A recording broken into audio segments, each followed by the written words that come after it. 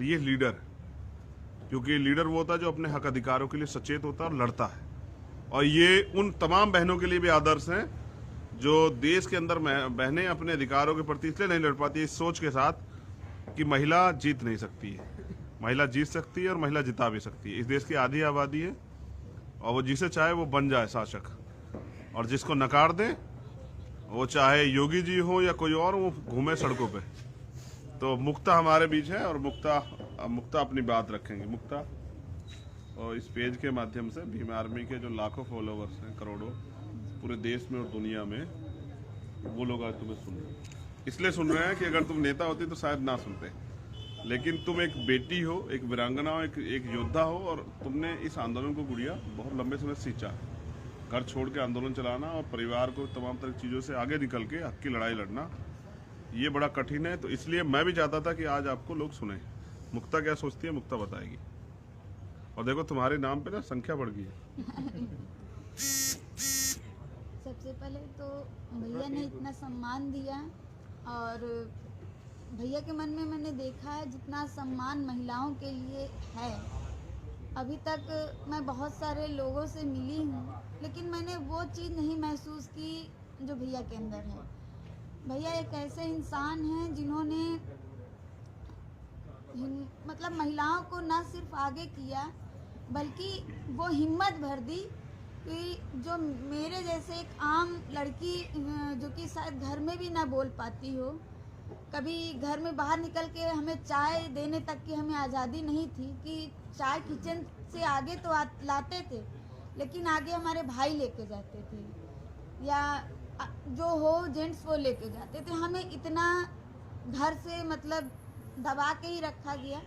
लेकिन जिस दिन से हम यहाँ आए हैं और भाई से मिले हैं, और भाई ने जिस तरह से हमको इनकरेज किया है, हम लोगों ने के अंदर एक क्रांति आ गई है कि हम लोगों में लड़ने की क्षमता आ गई है। आज हम पुलिस से नहीं डरते, प्रशासन से नहीं डरते। ऐसा नहीं है कि हम लोगों के अंदर पावर बूस्टर आ गया, लेकिन हाँ, जो एक साहस होता है, हिम्मत होती है, जो भैया ने दी है, वो हम लोगों के मन में इतनी आ गई कि आज पुलिस प्रशासन ये हो गया है कि अगर हम लोगों को देखती है तो रास्ता छोड़ देती है। आज डर नहीं है कि कौन क्या करेगा, हम लोग हर चीज के लिए तैयार हैं। पुलिस की बर्बरता भी सच में हुआ क्या है ना मुक्ता, आप अपने अधिकारों को जानती हैं, जिससे देश के नेता, सिस्टम सब डरते हैं। क्योंकि जिस दिन आप अपने अधिकारों को जान जाओगे तभी तो लोगे, तो आप अपने अधिकारों के प्रति सचेत होगी। इसलिए ये सिस्टम तुम्हारा कुछ नहीं कर सकता है। और तुम ये भी जानती हो कि तुम्हारे अधिकार क्या है। इसलिए सिस्टम, मैंने कुछ नहीं किया है, मैंने वो किया जो एक भाई को करना चाहिए। अब मैं यही चाहूँगी हर भाई अपनी बहन को डरना और दबना ना सिखाए। वो अपनी बहन में इतनी हिम्मत भर दे कि वो अपनी लड़ाई खुद लड़ सके।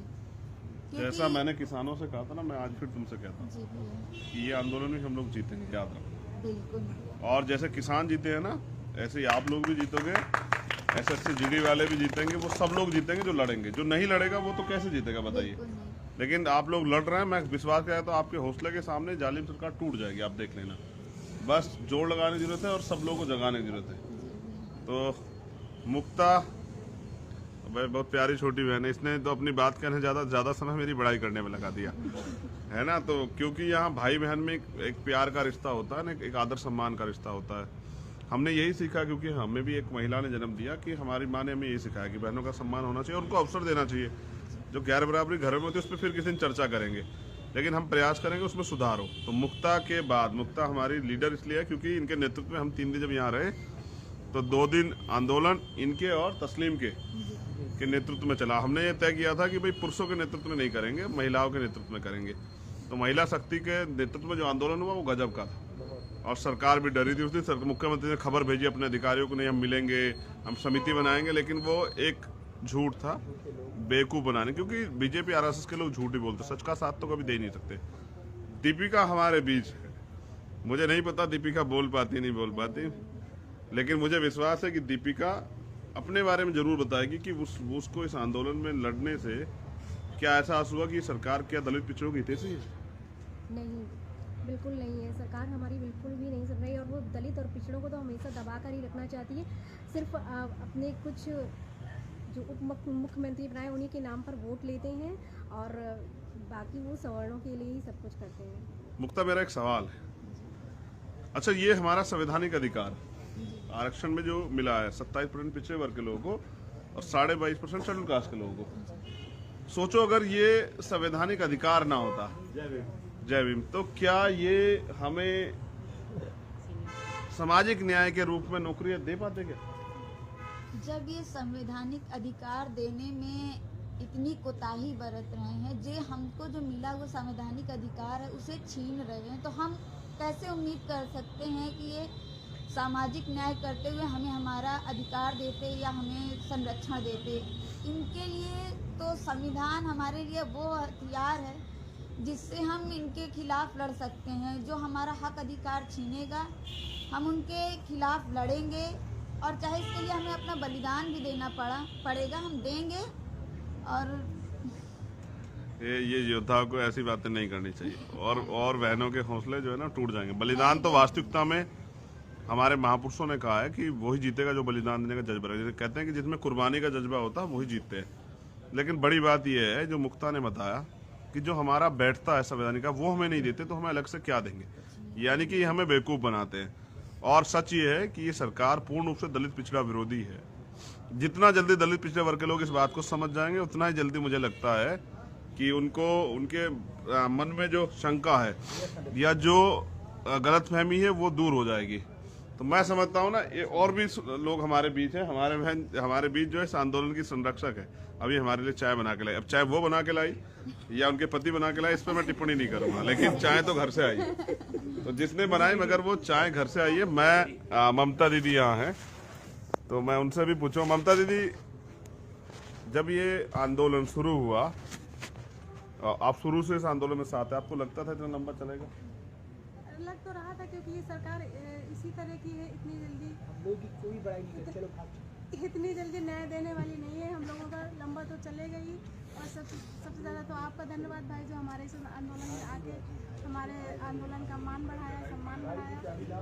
और सबसे बड़ी बात इस बात की विडंबना है कि जो हमारे संवैधानिक अधिकार है उसके लिए हमें लड़ना पड़ रहा है, सड़कों में उतरना पड़ रहा है। और वो सरकार, अब इस सरकार के बारे में हम क्या बोले, हम इससे ज़्यादा कि कहा जाता है ना ममता दीदी, कहा जाता है कि न्याय सबका जन्मसिद्ध अधिकार है। हाँ। और संविधान ने जो फंडामेंटल राइट दिए हैं वो भी आपको मिलने चाहिए, वो मिलने चाहिए, लेकिन वो नहीं मिल रहे हैं। तो इसका मतलब तो कितनी साजिशें हो रही है रोकने के लिए। इस देश के लिए इससे ज़्यादा किस बात के लिए क्या बोले हम? अब कोई वर्ड ही नहीं मिल रहे जो हम बोले। हाँ, तो मैं ये समझता हूँ कि जो हमारा बैठता वो नहीं दे रहे हैं, तो आप समझिए कि अलग से क्या देंगे, यानी कि अलग से जो देते हैं ना उसको टॉफी कहते हैं हमारे यहाँ। बीजेपी सरकार भैया मंचों से झूठ परोस रही है और दलित पिछड़ों को बरगला रही है और उन्हें लॉलीपॉप दे रही है। जब भी वो अधिकारों की बात करते हैं तो उनको बताते हैं कि नहीं, देखो आज देश सुरक्षित हाथों में है, और इतने सुरक्षित हाथों में है कि चाइना ने 2-2 गांव बसा लिए साहब। इतने सुरक्षित हाथों में है। मैं समझता हूँ इससे झूठी निकम्मी सरकार शायद सत्ता में ना आई, और वो भी एक वर्गीय सरकार कि जो आरोपियों को भी संरक्षण देती है, जो रेप करते हैं, जो हत्या करते हैं, जो हमने हाथरस में देखा और जो अभी प्रयागराज में हो रहा है। उसके बाद हमने वो आगरा में भी देखा, हमने वो देखा कासगंज में भी, उन्नाव में भी, कानपुर में भी, हर जगह।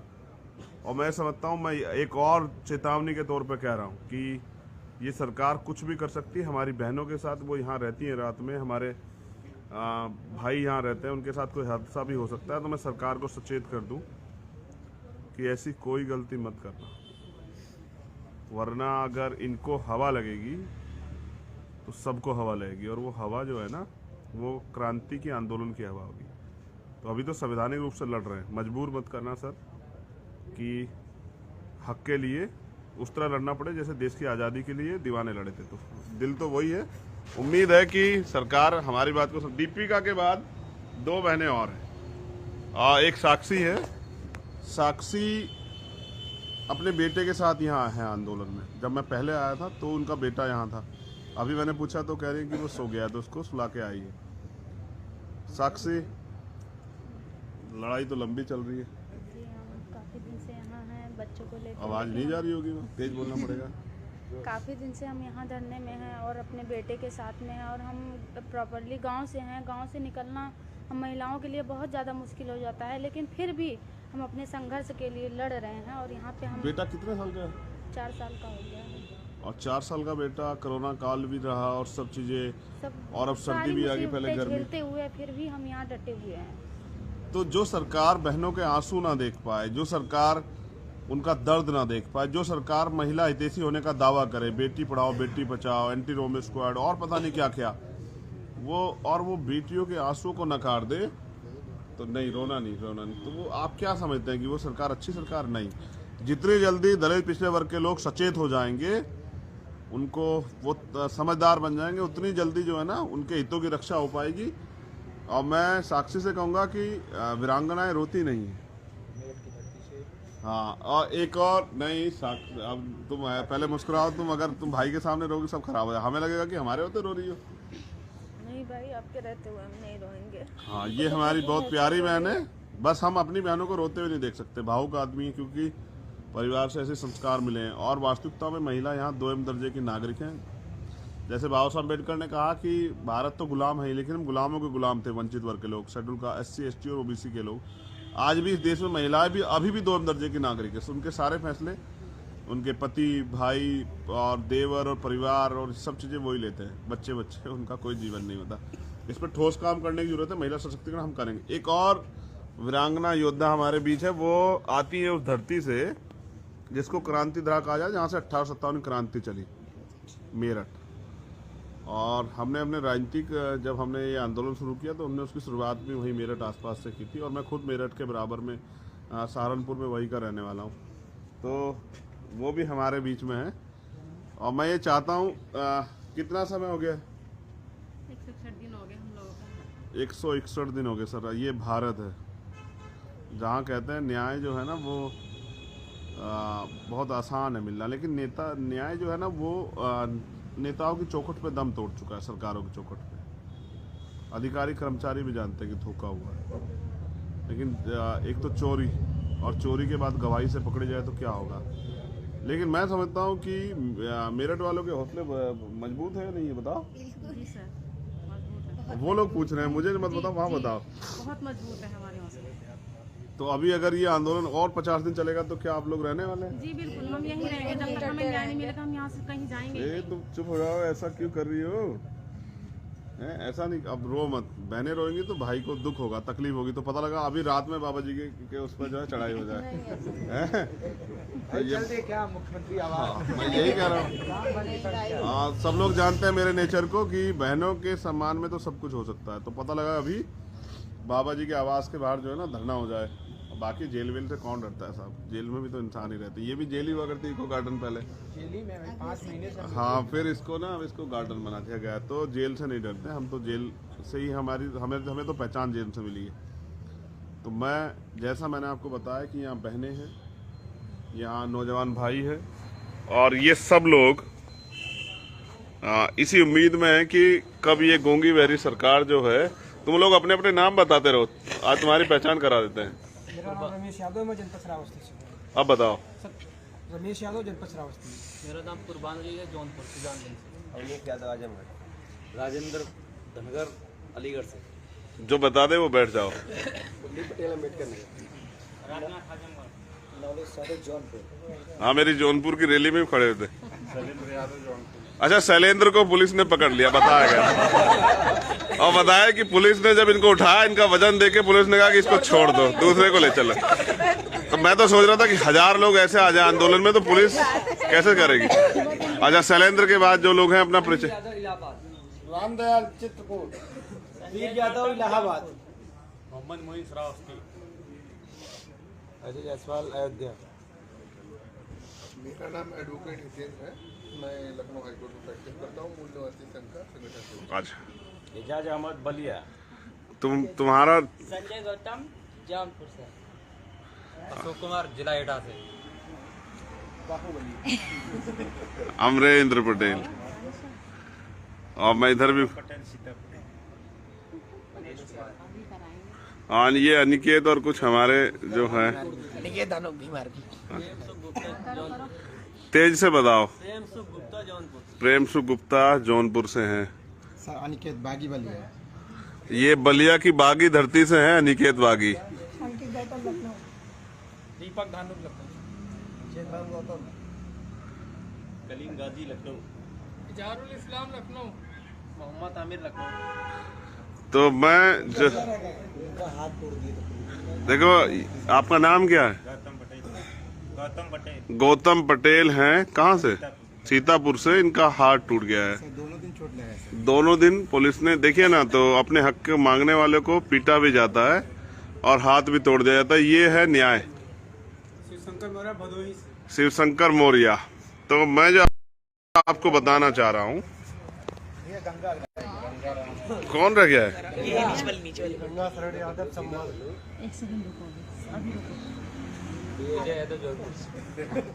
आप हाँ, तो गांधी जी के उससे तो काम नहीं बन रहा है। तो मैं ये समझता हूँ, मैं इस लाइव को खत्म करने से पहले आपको ये बता दूं, आजाद भारत में बहुत कम आंदोलन ऐसे हुए हैं जो बड़ी संख्या में हक अधिकारों के लिए हो। धर्म के आंदोलन हमने देखे, मंदिर मस्जिद के आंदोलन हमने देखे, और यहाँ बैकवर्ड कम्युनिटी के बहुत सारी जातियों के बच्चे हैं। मौर्य है, गुप्ता है, गंगवार है, पटेल है, यादव है, और भी कई जो है, प्रजापति है, जयसवार है, कश्यप है, तमाम, मतलब आप समझिए कि एक बड़ा समूह है। मैं सोचता हूँ कि जब अगर ये सरकार ना समझे और ये लोग अपनी बात को गांव-गांव तक पहुंचाए और इनका समाज इस बात को समझ जाए, जो बहुजन समाज है, और वो बीजेपी को सबक सिखाने की ठान ले, तो इस बीजेपी सरकार का क्या होगा। जितना जल्दी मुख्यमंत्री जी बात समझ जाए उतना फायदा। मैं तो आपके फायदे की बात कर रहा हूँ, तो समझ जाओ। अगर ये किस दिन ये तय करके मेरे साथ खड़े हो जाएं राजनीतिक रूप से मदद कराने, तो आप समझिए मुख्यमंत्री जी कि आप वहां नहीं बैठे होंगे, वहां बैठी होगी मुक्ता। बाबा जी फिर अन्याय नहीं होगा किसी के साथ, समझ रहे हो? फिर बाबा जी अन्याय नहीं कर पाओ किसी के पास, किसी के साथ। फिर इतनी शक्ति भी नहीं अर्जित कर पाओ कि किसी का घर जो है ना वो अपने गुंडों से जुड़वा दो और कोई बहन आंसू ना बहाए, ऐसा ना आए दिन। तो मैं अपील भी करता हूं कि इस आंदोलन से जो जुड़े हुए बच्चे हैं, मैं उनको ये भी बता दूं कि देखो किसान जीते हैं, लेकिन एक लंबा संघर्ष रहा, बहुत सारे लोग कुर्बानी हुई, लेकिन इस तानाशाही सरकार के जो तानाशाह प्रधानमंत्री झुके। अगर आप जीतना चाहते हैं तो मजबूती से लड़िए। और जो पीड़ित बच्चे हैं, अगर वो, मैं ऑन रिकॉर्ड इस बात कह रहा हूँ, अगर वो 5 दिन जो इस भर्ती के पीड़ित बच्चे 5 दिन अगर वो पूरे सभी लोग एक मेरे साथ खड़े हो जाएंगे, तो मैं बाबा जी से जो है ना घुटने टिकवा दूंगा उस दिन। बाकी सब आप इस आंदोलन, हमारे आंदोलन की ताकत को जानते हैं। हम व्यक्ति नहीं है, एक यूनिट है। भीम आर्मी आज़ाद समाज पार्टी एक यूनिट है। और सबसे बड़ी बात है ना, हम इंसान हैं और हम गलत के विरोध में खड़े होते हैं। जहाँ भी गलत अन्याय होगा तो हम लोग खड़े होंगे। तो ये लोग यार रात में सोते हैं और किस तरह खाते हैं, क्या क्या खा के अपना जीवन काट रहे हैं, ये बड़ा संघर्ष का समय है। लेकिन जब जीवन के एक पड़ाव पे इनको ये दिन याद आया करेंगे, तो ये लोग एक अजीब सा उत्साह होगा। और आने वाली पीढ़ियों के लिए एक सीख, जब इनके बच्चे बड़े बड़े हो जाएंगे और वो पूछा करेंगे, और वो ये समय, इस समय की तस्वीर है, इस समय के आंदोलन की, और अगर ये जो मुझे विश्वास है ये जीतेंगे, जब ये जीतेंगे तो मुझे लगता है नहीं ये गौरव का फल होगा, तो ये संजो के रखेंगे। तो आप सब लोग जुड़े और आपने जाना कि उत्तर प्रदेश में क्या चल रहा है और उत्तर प्रदेश सरकार दलित पिछड़ों के बारे में क्या सोचती है। ये सुनने के लिए आप सबका धन्यवाद। जय भीम, जय भारत, जय संविधान। ये संविधान ही है जो हमें ताकत देता है। बस जिस दिन वो लागू होगा, आप देखना भारत सोने की चिड़िया बनेगा। और वो जो इलाहाबाद में हुआ फापा में, वो बहुत कष्टदायक है। मन तो करता है कि अपराधियों को सबक सिखाया जाए, लेकिन क्या करें, बाबा साहब अम्बेडकर ने सिखाया कि संविधान के रूप से चलना है। इस दर्द के साथ आपसे अलविदा लेता हूँ। धम्मरात्रि आप सभी के लिए भी मंगल कामनाएं। जय भीम, नमो बुद्धाय। मुझे विश्वास है कि 69,000 शिक्षक भर्ती के अभ्यर्थी जीतेंगे। जीतेंगे, लड़ेंगे, जीतेंगे, लड़ेंगे, जीतेंगे, लड़ेंगे, जीतेंगे, लड़ेंगे, जीतेंगे। विजय वीरगति विजय वीरगति विजय वीरगति जय भीम जय भीम जय भीम जय भीम जय बाबा जय संविधान जय संविधान जय विज्ञान जय विज्ञान। समझिए, जय विज्ञान जय लोकतंत्र, ऐसे ही आजादी की लड़ाई लड़ी गई। चंद्रशेखर आजाद भैया, चंद्रशेखर आजाद भैया। मैं ये भी बता दूं लाइव के माध्यम से, हमारे लोग अभी इतने तैयार नहीं हुए, वो कभी कभी चंद्रशेखर आजाद अमर रहे के नारे भी लगा देते हैं जिंदाबाद के चक्कर में। खैर कोई बात नहीं, हमारा काम है तैयार करना, क्योंकि अकेले चंद्रशेखर कुछ नहीं कर सकते। ऐसे हजारों लाखों लोग तैयार करने पड़ेंगे, तब इस देश में परिवर्तन का आंदोलन आगे बढ़ेगा और कुछ अच्छा बुनियादी रूप से हो पाएगा। जय भीम जय भारत, धन्यवाद।